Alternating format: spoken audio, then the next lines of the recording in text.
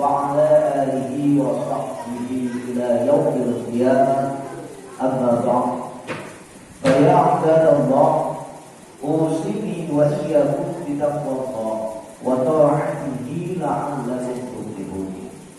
قال الله تعالى في كتابه الكريم يا أيها الذين آمنوا اتقوا الله حق تقاته ولا تموتن إلا وأنتم مسلمون. Ma'asyiral muslimin rahimakumullah. Pertama dan yang paling utama, tidak lain adalah kita panjatkan rasa syukur kita kehadirat Allah Subhanahu wa Ta'ala.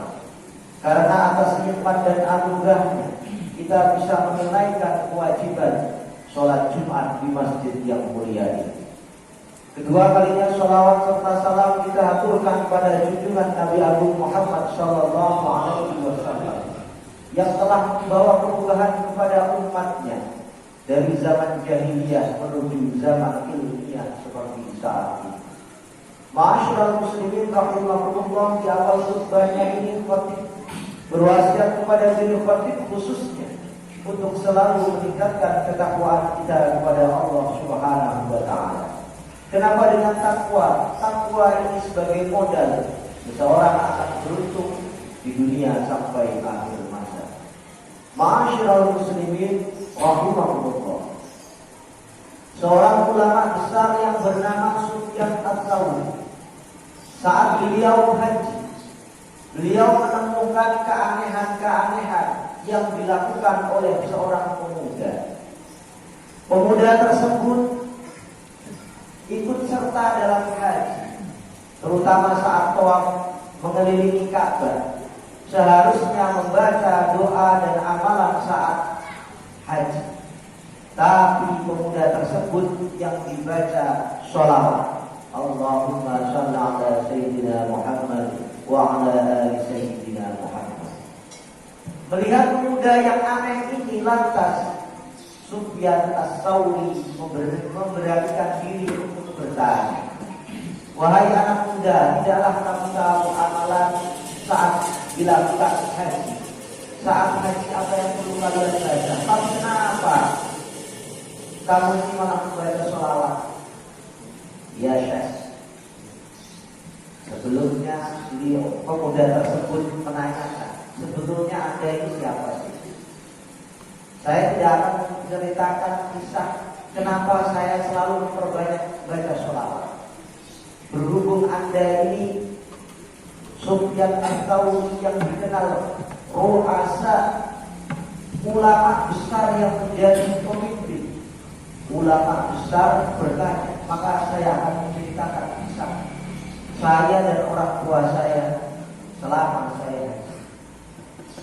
Saat haji, saya dan orang tua saya menginap di sebuah rumah. Ternyata ayah saya ini sakit. Setelah sakit sampai meninggal, dan yang menjadikan saya keheran-heran, bahkan saya ini pusing 7 keliling. Kenapa memang? Ya, ayah saya ini saat meninggal ada perubahan yang drastis.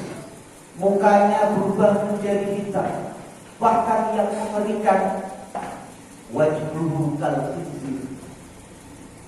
Mukanya ini berubah menjadi sesosok nabi. Kenapa demikian? Saking bingungnya bagaimana saya pendatang, ternyata orang tua saya meninggal seperti ini. Muka saya dibawa kemana? Malunya luar biasa pemuda tersebut, saking bingungnya. Di dalam mimpinya, saking kebingungan kebingungannya, mimpi didatangi seseorang, tidak lain adalah baginda Rasul Sallallahu Alaihi Wasallam. Ayyuhas syab, wahai pemuda, ama ta'rifu, kamu tak kenal aku? Siapa engkau? Ana sayyidu walad Adam. Aku ini Nabi Muhammad sebagai pemimpin umat manusia. Melihat kejadian itu, dalam mimpi tersebut Nabi memberi gambaran bahwa ayah kamu inilah punya amalan yang menjadikan seharusnya di dunia dia mendapatkan siksaan, bahkan di akhirat Walaupun demikian ayahmu ini kemanapun, dimanapun, gak siang, gak malam, ayahmu ini selalu memperbanyak membaca sholawat kepadamu. Dari kisah ini kita tahu bahwa berkahnya sholawat ini luar biasa banyaknya bagi kehidupan. Bahkan kisah ini memberikan inspirasi kepada kita. Aulan nasi bi yaumal qiyamah. Manusia yang paling dekat, paling utama di sisi Nabi Muhammad sallallahu alaihi wasallam tidak lain adalah aktsaruhum alayya sholatan. Redaksi hadis ini jelas, aktsaruhum alayya sholatan. Orang yang paling utama dekat dengan Nabi Muhammad tidak lain adalah orang yang paling banyak membaca sholawat kepada beliau.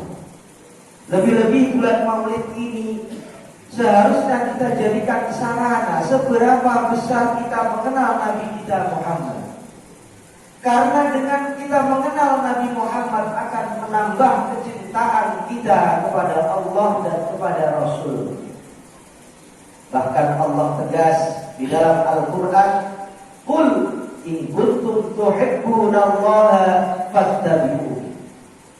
Qul, katakanlah wahai Nabi Muhammad, in kuntum tuhibbunallah, jika kalian semua mengaku cinta kepada Allah.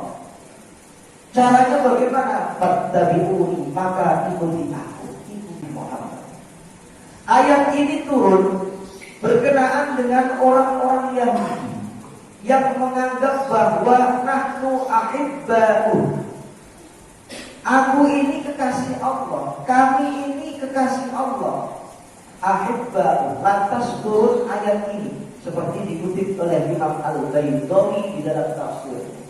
Turun ayat ini sebagai bantahan, kalau kalian memang mengaku cinta kepada Allah, ikuti Nabi Muhammad sallallahu alaihi wasallam. Bahkan di dalam surat Al-Baqarah, orang-orang non-muslim, bahkan orang Yahudi bertawassul, berdoa meminta kepada Allah Subhanahu wa taala agar diberi kemenangan saat melawan musuh. Ini Nabi Muhammad belum ada, tapi berita munculnya Nabi Muhammad sudah dijelaskan di kitab Taurat maupun di kitab Injil. Bahkan Imam Ar-Razi di dalam tafsirnya menjelaskan, Allah muftah alaina, ya Allah berilah kemenangan kepada kami bin Nabiyil Ummi, dengan berkahnya Nabi Muhammad sallallahu alaihi wasallam yang memiliki sifat ummi. Ini menegaskan orang Yahudi saja mau bertawassul kepada Nabi, apalagi kita sebagai umat Islam. Seharusnya bangga kepada Nabi Muhammad. Salah satu caranya adalah melalui memperbanyak membaca sholawat. Lanjutan ayat tersebut, Qul in kuntum tuhibbunallah, kalau kalian mengaku cinta kepada Allah, fattabi'uni, maka ikuti aku. Orang yang mau mengikuti ajaran-ajaran Nabi Muhammad, orang tersebut akan mendapatkan dua keistimewaan. Keistimewaan yang pertama adalah yuhibbukumullah, Allah akan mencintai orang tersebut. Makanya caranya gampang. Kalau kita ingin dicintai oleh Allah, dekati Nabi. Lewat apa? Sholat. Makanya banyak orang menjadi kekasihnya, walaupun jenis profesinya kayak apa, Allah tidak melihat. Tapi yang dilihat bagaimana perbanyak sholawat tersebut. Karena dengan sholawat yang kita baca walaupun sekali, malaikat lantas mengirimkan kepada Nabi Muhammad sallallahu alaihi wasallam, wahai Nabi, ini ada umatmu di daerah Kedaung membaca sholawat kepada engkau, dan orang tersebut akan mendapatkan 10 kebaikan. Ini nikmat yang luar biasa yang perlu kita tanamkan dalam diri kita. Keistimewaan yang kedua, yaghfir lakum dzunubakum, maka Allah akan mengampuni dosa kita. Betapa Islam sangat mudah meringankan umatnya, amalan mudah agar kita dicintai oleh Allah. Ikuti sunnah-sunnah Nabi semampu kita. Nah, makanya bulan Maulid ini jadikan introspeksi diri kita. seberapa banyak kita membaca sholawat kepada Nabi Muhammad Sallallahu Alaihi Wasallam. Mudah-mudahan khutbah yang sangat singkat ini kita dijadikan oleh Allah menjadi umat Nabi Muhammad yang taat kepada beliau. Allah memberikan syafaat di dunia bahkan di akhirat. Allah jadikan putra putri kita sholih sholihah. Allah mudahkan ziarah Makkah Madinah, dan pada akhirnya Allah mengakhiri hidup kita dalam keadaan husnul khatimah. Amin amin ya rabbal alamin. Barakallahu li wa lakum fil Qur'anil karim wa nafa'ani wa iyyakum bima fihi minal ayati wa dhikril hakim wa taqabbala minni wa minkum tilawatahu innahu huwal ghafurur rahim. Allahumma salli ala sayyidina Muhammad wa ala ali sayyidina Muhammad. Alhamdulillah, alhamdulillah hamdan katsiran kama amar. Asyhadu an la ilaha illallah wahdahu la syarika lah, irghaman liman jahada bihi wa kafar. Wa asyhadu anna sayyidana Muhammadan abduhu wa rasuluhu sayyidul khalaiqi wal bashar. Allahumma salli ala sayyidina Muhammad wa ala alihi wa sahbihi ila yaumil mahsyar. Amma ba'd, fa ya ibadallah, usini wa iyyakum bi taqwallahi wa ta'atihi la'allakum tuflihun. Wa'lamu anna Allah amarakum bi amrin bada fihi bi nafsihi وثن بملائكة قدسه فقال تعالى ولم يزل قائلا عليما إن الله وملائكته يصلون على النبي يا أيها الذين آمنوا صلوا عليه وسلموا تسليما. اللهم صل على سيدنا محمد وعلى آل سيدنا محمد، وارض الله عن الخلفاء الراشدين أبي بكر وعمر وعثمان وعلي، وأن بقية الصحابة والتابعين التابعين لهم بإحسان إلى يوم الدين، وارض عنا معهم برحمتك يا أرحم الراحمين.